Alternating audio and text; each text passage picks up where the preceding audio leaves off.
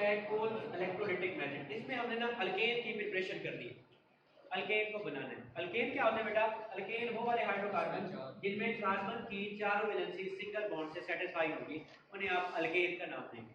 हमने cold electrolytic method के जरिए से अल्केन की प्रिपरेशन करनी है।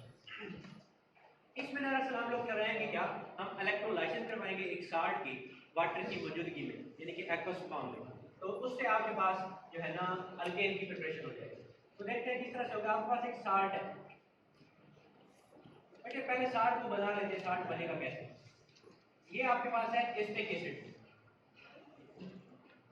जिसे आप एथेनोइक एसिड भी कह सकते हैं, एस्टिक एसिड भी कह सकते हैं, वाइट के रिजल्ट में आ जाता है।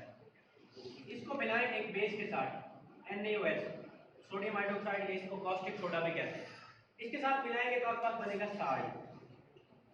साल्ट जब एसिड और बेस रिएक्ट करते हैं तो साल्ट बनता है एक दूसरे की न्यूट्रलाइजेशन से। सिंपल वाटर का मॉलिक्यूल रिलीज होता है, जिसे न्यूट्रलाइजेशन रिएक्शन इसलिए कहते हैं।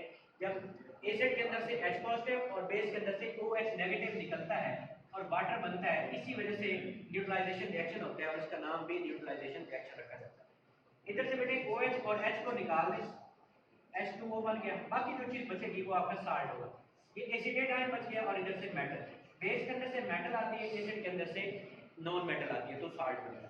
तो ये एसिड है CH3 C double bond O, और यहाँ पे बेटे O नेगेटिव बन जाएगा क्योंकि H अपना इलेक्ट्रॉन इधर देके जाएगा। एसिडेट आयन इसके साथ इधर से Na पॉजिटिव मिला देगा क्योंकि हाइड्रोक्साइड आयन इससे इलेक्ट्रॉन लेके जाएगा, तो ये बन जाएगा ONA पॉजिटिव। ये बेटे आपका साल्ट बन गया। अगर आप यहाँ पे पोटेशियम हाइड्रोक्साइड इस्तेमाल करते तो साल्ट जो बनता वो पोटेशियम मेटल होता। वो किस तरह से होता? CH3, इसका बॉन्ड का नेम क्या था? इसका नाम बेटे, इसका नाम सोडियम एसीटेट। ये वाला सोडियम और ये एसीटेट है, सोडियम एसीटेट साल्ट है, और यहाँ पे आप लिख देंगे पॉजिटिव। अब इसका नाम पोटेशियम एसीटेट बन जाएगा। जैसे आप बेस चेंज करते जाएंगे आपके पास साल्ट जो है वो चेंज होता जाएगा। इसकी ना हमने करवानी है इलेक्ट्रोलाइसिस वाटर की मौजूदगी में, और इसी मेथड को हम कोल्स इलेक्ट्रोलिटिक मेथड का नाम देंगे। तो इसको हम रिएक्टेंट के तौर पे लिखते हैं। ये हमारे पास CH3 C double bond O, और ये आपके पास पोटेशियम मेटल, ये साल्ट है।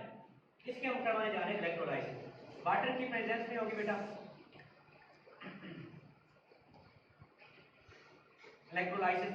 तो इलेक्ट्रोलाइसिस के नतीजे में आपको पता है इलेक्ट्रोलिटिक सेल में होगी दो तरह की स्पीशीज बनेगी, कैटाइन और एनाइन। एक बन जाएगा कैटाइन और एक एनाइन, ये एनाइन बन गया और साथ में बन गया पोटेशियम का कैटाइन। इसके अगर हम दो मोल इस्तेमाल करते हैं तो इनके भी आपके पास दो दो मोल ही बनेंगे। यहाँ पे तक हमने क्या करवाया, हमने आयनाइजेशन करवा के इलेक्ट्रोलाइसिस के जरिए कैटाइन और एनाइन बना दिए। अब इलेक्ट्रोलिटिक सेल में दो तरह के टर्मिनल होते हैं, एक होता है एनोड और दूसरा क्या होता है कैथोड।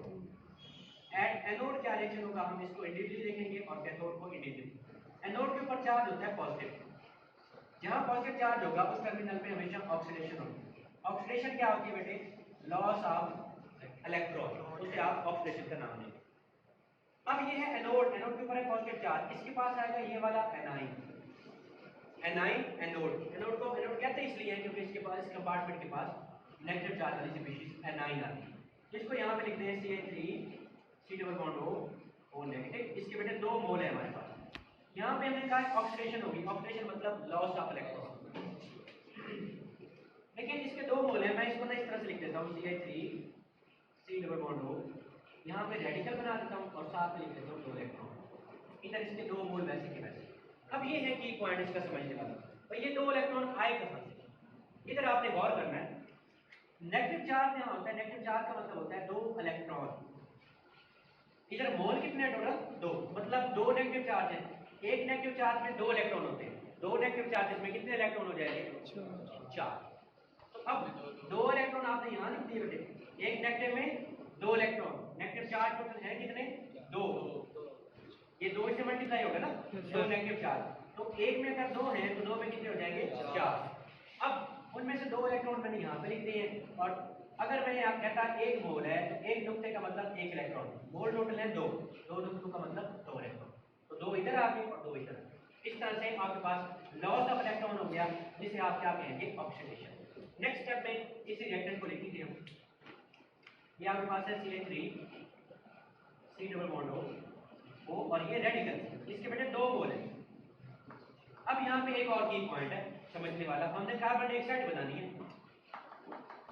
ये एक इलेक्ट्रॉन इधर आ जाएगा, इधर से ये वाला बॉन्ड ब्रेक होगा, इसमें 2 इलेक्ट्रॉन है, एक इस कार्बन का है, एक इस कार्बन का है। तो यहाँ से एक इलेक्ट्रॉन इधर आ जाएगा और एक इलेक्ट्रॉन इस कार्बन का। होमोलाइसिस हुई है। ऐसे बॉन्ड ब्रेकेज जब दरमियान से हो और हर एटम को अपना शेयर किया हुआ इलेक्ट्रॉन मिल जाए, उसे होमोलाइसिस का नाम है। होमोलाइटिक, जी होमोलाइटिक भी कह सकते हैं, लाइसिस भी ब्रेक डाउन। अब एक इलेक्ट्रॉन ये और एक इलेक्ट्रॉन ये मिलकर कितने हो गए? 2 इलेक्ट्रॉन। 2 इलेक्ट्रॉन का मतलब एक बॉन्ड होता है, तो मैं इसको ऐसे लिखूंगा, C डबल बॉन्ड O और यहाँ पे आपके पास आ जाएगा, पहले एक बॉन्ड मौजूद था, अब एक इलेक्ट्रॉन ये और एक ये मिलके यहाँ पे एक बॉन्ड बना, तो क्या बन गया? CO2। और इधर क्या बचेगा? ये इलेक्ट्रॉन आ गया इसके ऊपर, 2 मोल है, तो एक मोल के ऊपर एक इलेक्ट्रॉन, दूसरे मोल के ऊपर दूसरा इलेक्ट्रॉन, इसको आप लिख देंगे 2CH3 यानी कि मिथाइल रेडिकल। और इधर मोल CO2 के कितने बनेंगे? ये 2 मल्टीप्लाई होगा तो 2CO2। इसको बेटे आप ऐसे भी लिख सकते हैं, 2CO2 बन गया और साथ में ये मिथाइल रेडिकल। नेक्स्ट स्टेप में आप क्या करेंगे? किन्हीं मिथाइल रेडिकल को आपस में बॉन्ड करना। ये CH3 एक रेडिकल, ये CH3 दूसरा रेडिकल, ये एक इलेक्ट्रॉन इधर, इधर से एक इलेक्ट्रॉन इधर, 2 इलेक्ट्रॉन मिलकर एक बॉन्ड बना रहे हैं, तो आपके पास इथेन की फॉर्मेशन हो गई। हमारा मकसद क्या था? अल्केन को बनाना। यहाँ पे आपने अल्केन बना ली, इसमें कार्बन की 4 वैलेंसी सिंगल बॉन्ड सेटिस्फाई होगी, अल्केन की प्रिपरेशन होगी। लेकिन हमारे पास ना कुछ बाई प्रोडक्ट्स होते हैं, वो बाई प्रोडक्ट्स कौन से हैं उनको हमने मेंशन करना है। इस रिएक्शन में देखिए, ये हमने यहाँ से स्टार्ट किया था मैकेनिज्म डायरेक्टली। अगर जनरल रिएक्शन को देखा जाए तो इसमें काफी सारे बाई प्रोडक्ट बनते हैं, वो कैसे होगा? इसी को मैंने यहाँ पे मेंशन कर देता हूँ। आपके पास ये था साल्ट, वाटर की मौजूदगी में आप इलेक्ट्रोलाइसिस करवा रहे हैं, तो इससे ना कुछ चीजें बनती हैं। एक तो बनेगा आपके पास अल्केन, दूसरा बनेगा कार्बन डाइऑक्साइड, हाइड्रोजन गैस और पोटेशियम हाइड्रोक्साइड। ये हमारा जनरल रिएक्शन है, मतलब इसमें एक मेन प्रोडक्ट हमने बना ली, बाकी कितनी CO2 भी बना ली, बाकी H2 और KOH रहता है। अब ये दूसरा टर्मिनल होगा इलेक्ट्रोलाइटिक सेल में, जिससे ये रिएक्शन हम करवाएंगे। दूसरा टर्मिनल एनोड को डिस्कस कर लिया, तो रह कौन सा गया? कैथोड। एट कैथोड क्या होता है देखते हैं। कैथोड के ऊपर बड़े चार्ज कौन सा होता है? नेगेटिव। तो नेगेटिव पे जहाँ पे नेगेटिव चार्ज होता है उसके ऊपर जो स्पीशीज जाएगी वो होगी पॉजिटिव वाली, कैटाइन कैथोड की तरफ जाएगा। अब हमारे पास यहाँ देखें, इलेक्ट्रॉन चले जाएंगे कैथोड के पास, ये 2 इलेक्ट्रॉन, वाटर है रिएक्टेंट में मौजूद, यही 2 मोल वाटर के, इन 2 इलेक्ट्रॉन को एक्सेप्ट करके करवाएंगे रिडक्शन, क्योंकि हमने कहा है कैथोड पे होती है रिडक्शन, एनोड पे होती है ऑक्सीडेशन। ये बन जाएगा आपके पास 2 हाइड्रोक्साइड आयन और साथ में H2 गैस बन जाएगा। एक और हमारा ये वाला प्रोडक्ट बन गया। नेक्स्ट स्टेप में क्या होगा? आपके पास इधर पोटेशियम आयन है, 2 पोटेशियम आयन और 2 ही हाइड्रोक्साइड, इनको मिला के आप बना दें 2 मोल पोटेशियम आयन। यहाँ पे आपके पास में सारे के सारे प्रोडक्ट बन गए। देखें CH3 यानी कि अल्केन हमने यहाँ पे बना ली, ये वाली पहला प्रोडक्ट। दूसरा CO2 था वो हमने यहाँ पे बना ली। तीसरा आपके पास H2 गैस थी, ये बना ली, और KOH के यहाँ पे। यहाँ तक कोल इलेक्ट्रोलाइटिक मेथड के जरिए हमने अल्केन की प्रिपरेशन कर ली। अब नेक्स्ट देखें, हमने प्रिपरेशन तो कर ली, मेन प्रोडक्ट हमारा है ये A, बाकी 3 जो है ये इस रिएक्शन के क्या कहलाएंगे? By product. हमारा मकसद इन बाई प्रोडक्ट्स को हासिल करना नहीं था, ये एक्स्ट्रा है। तो इस रिएक्शन की ना 2 लिमिटेशन मानी जाती हैं कोल इलेक्ट्रोलाइटिक मेथड, मतलब ये इसकी खामियां है। सबसे पहली खामी इसकी ये है कि इस रिएक्शन के जरिए आप सिर्फ और सिर्फ सिमेट्रिकल अल्केन बना सकते हैं। सिमेट्रिकल अल्केन, इसका क्या मतलब? अनसिमेट्रिकल अल्केन आप नहीं बना सकते। फॉर एग्जांपल मीथेन, ये अनसिमेट्रिकल अल्केन। आप आसान अल्फाज में समझने के लिए, जिन अल्केन के अंदर ऑड नंबर कार्बन के होंगे वो आपके पास होंगे अनसिमेट्रिकल, जिनमें इवन नंबर कार्बन होंगे वो होंगे सिमेट्रिकल। हमने जो बनाया है CH3, इसमें इवन नंबर है, मतलब ये क्या है? सिमेट्रिकल। जिसमें इवन नंबर कार्बन होगा वो सिमेट्रिकल होगा। तो ये रिएक्शन सिर्फ और सिर्फ किसके लिए है? सिमेट्रिकल के लिए, इवन नंबर कार्बन वाले अल्केन के लिए, अनसिमेट्रिकल के लिए नहीं। ये नहीं बना सकते क्योंकि हमने स्टार्ट एक मटेरियल लेके जो साल्ट ली है इसमें कार्बन कितने थे? 2। तो कम से कम ये रिएक्शन जो है 2 कार्बन वाले रिएक्शन से स्टार्ट होता है, इसलिए प्रोडक्ट भी 2 कार्बन वाले बनेगी। तो हम इसके जरिए से जो है अनसिमेट्रिकल अल्केन नहीं बना सकते, CH4 हम इसके जरिए से बिल्कुल नहीं बना सकते। तो ये इसकी पहली बात। दूसरी इसकी लिमिटेशन कि इस रिएक्शन के बाई प्रोडक्ट बहुत ज्यादा होते हैं।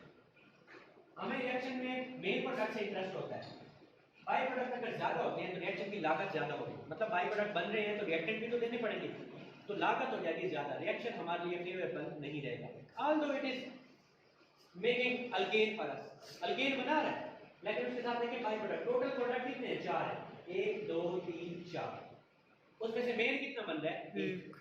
तो जाहिर सी बात है हमें तो मेन प्रोडक्ट से इंटरेस्ट होगा ना, इसी वजह से बाई प्रोडक्ट ज्यादा हो जाने की वजह से इस रिएक्शन की इंपॉर्टेंस कम हो जाती है। बेशक ये अल्केन बनाता है लेकिन बाई प्रोडक्ट ज्यादा होने की वजह से इसकी इंपॉर्टेंस लेस हो जाती है। जी, बाई प्रोडक्ट को बाद में ये बाई प्रोडक्ट्स को हम मुख्तलिफ और मकासद में इस्तेमाल कर सकते हैं, लेकिन हमें इंटरेस्ट किससे है? मेन प्रोडक्ट से। हम बना तो क्या रहे थे? अल्केन। ये सारी की सारी चीजें यूजेबल है, इस्तेमाल की जा सकती है, लेकिन हमारा मकसद इसको बनाना नहीं था। हम इनके लिए और भी मेथड इस्तेमाल कर सकते थे, carbon dioxide, hydrogen, potassium hydroxide के लिए। इनको यूजेबल है, आगे हम फायदेमंद है हमारे लिए, लेकिन इस रिएक्शन में ये जो बन रहे हैं इस रिएक्शन में इनका कोई फायदा नहीं है। इसलिए इस रिएक्शन के जरिए इसकी इंपॉर्टेंस जो बाई प्रोडक्ट है इस रिएक्शन की इंपॉर्टेंस को कम करना है। ये आपके पास मेथड हो गया कोल्ड इलेक्ट्रोलिटिक मेथड, जिसके जरिए से आपने अल्केन को प्रिपेयर किया।